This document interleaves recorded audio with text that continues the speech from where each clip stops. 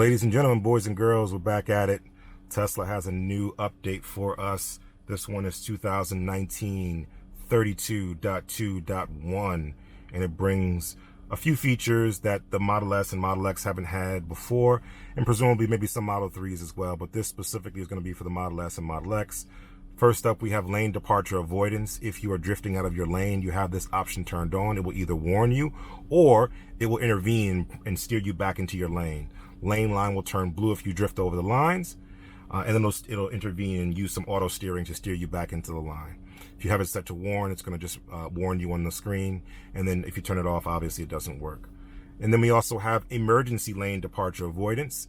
This is to basically say, hey, if you're going to cross the line and potentially hit something or someone, an object or a car, it's going to basically intervene again, but this time with more of an emergency urgency to it. So the lane line will turn red. If this is the case where you're going to drift over the line and you're going to hit someone, the lane line will turn red and the car will intervene. Probably won't test this one out. Not too brave about testing that one out, but we'll probably definitely test out the initial lane departure avoidance one.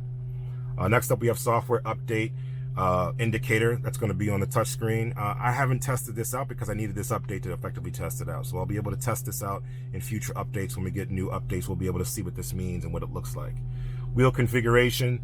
This is allowing you to be able to determine what types of wheels you have.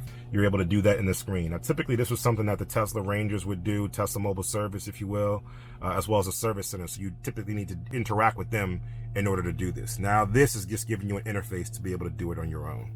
Okay, and then key fob security update for anyone with key fob v2.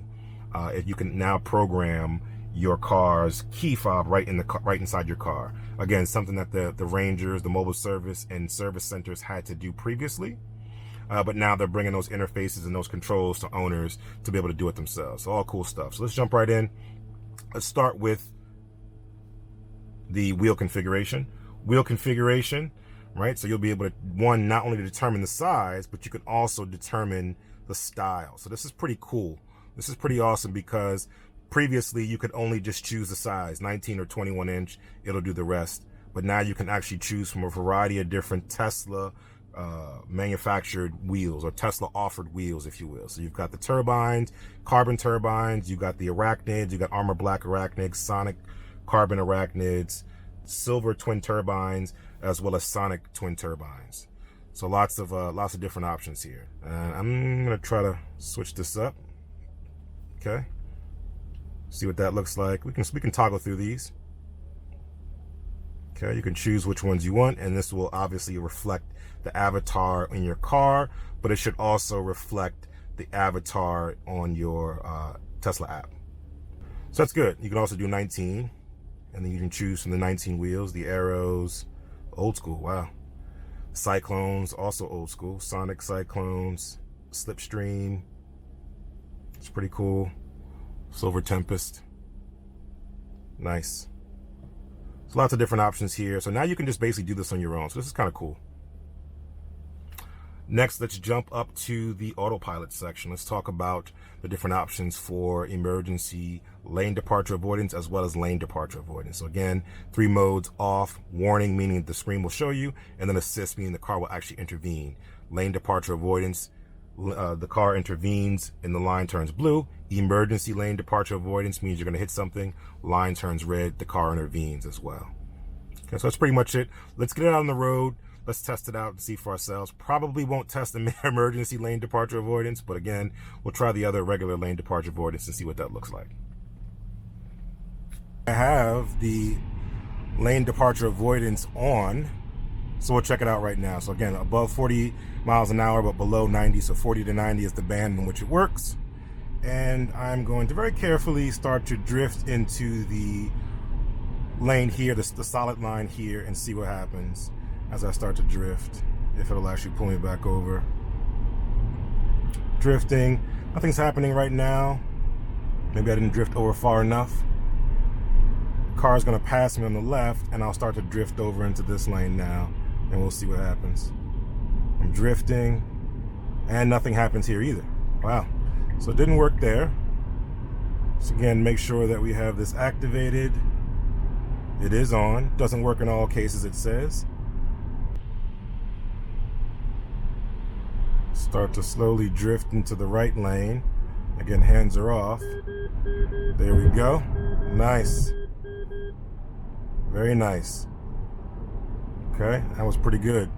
Got the warning and everything. Typically, it's just the blue line when I've been testing before, but now it's the blue line and a new tone, as well as the flashing light and a message to say take control. So that might have been a version of the sort of emergency lane avoidance feature, as opposed to the standard lane avoidance feature. But that was pretty good. Okay, again, just being able to steer over the lane a little bit. Rumble strips got me this time. So again, it's not perfect. It doesn't work in all cases, in all scenarios, so you definitely want to be vigilant. But in certain areas where it does work, it works pretty well. It steers you right back in the lane. Try again just to veer off a little bit into the off this white line here. And now it's correcting me and bringing me back where I need to be. Perfect. I also like to test to see if it works against the yellow lines. This one's going to be a little bit more dangerous and risky. But for you guys, I'll take that risk. So now the yellow line, I'm going to start to veer off a little bit and see what happens. It's working on the yellow line as well. So that's good. Works on the yellow line as well. Awesome. So that was pretty cool. Pretty straightforward. It's a feature that most cars already have. It's amazing that Tesla didn't already have this. It is pretty cool to have it for the Tesla, but again, other cars already have this. So Tesla's playing a little bit of a catch-up game in this regard, which isn't terrible, but I'm glad they were able to do it. So again, a car that you bought that didn't have this feature, even though it should have, is able to now have this feature through over-the-air software updates. So that's pretty cool. Kudos to Tesla for that. Keep the updates coming, keep the enhancements coming, and we're looking forward to seeing future software updates. Leave your comments below, and I'll catch you in the next update.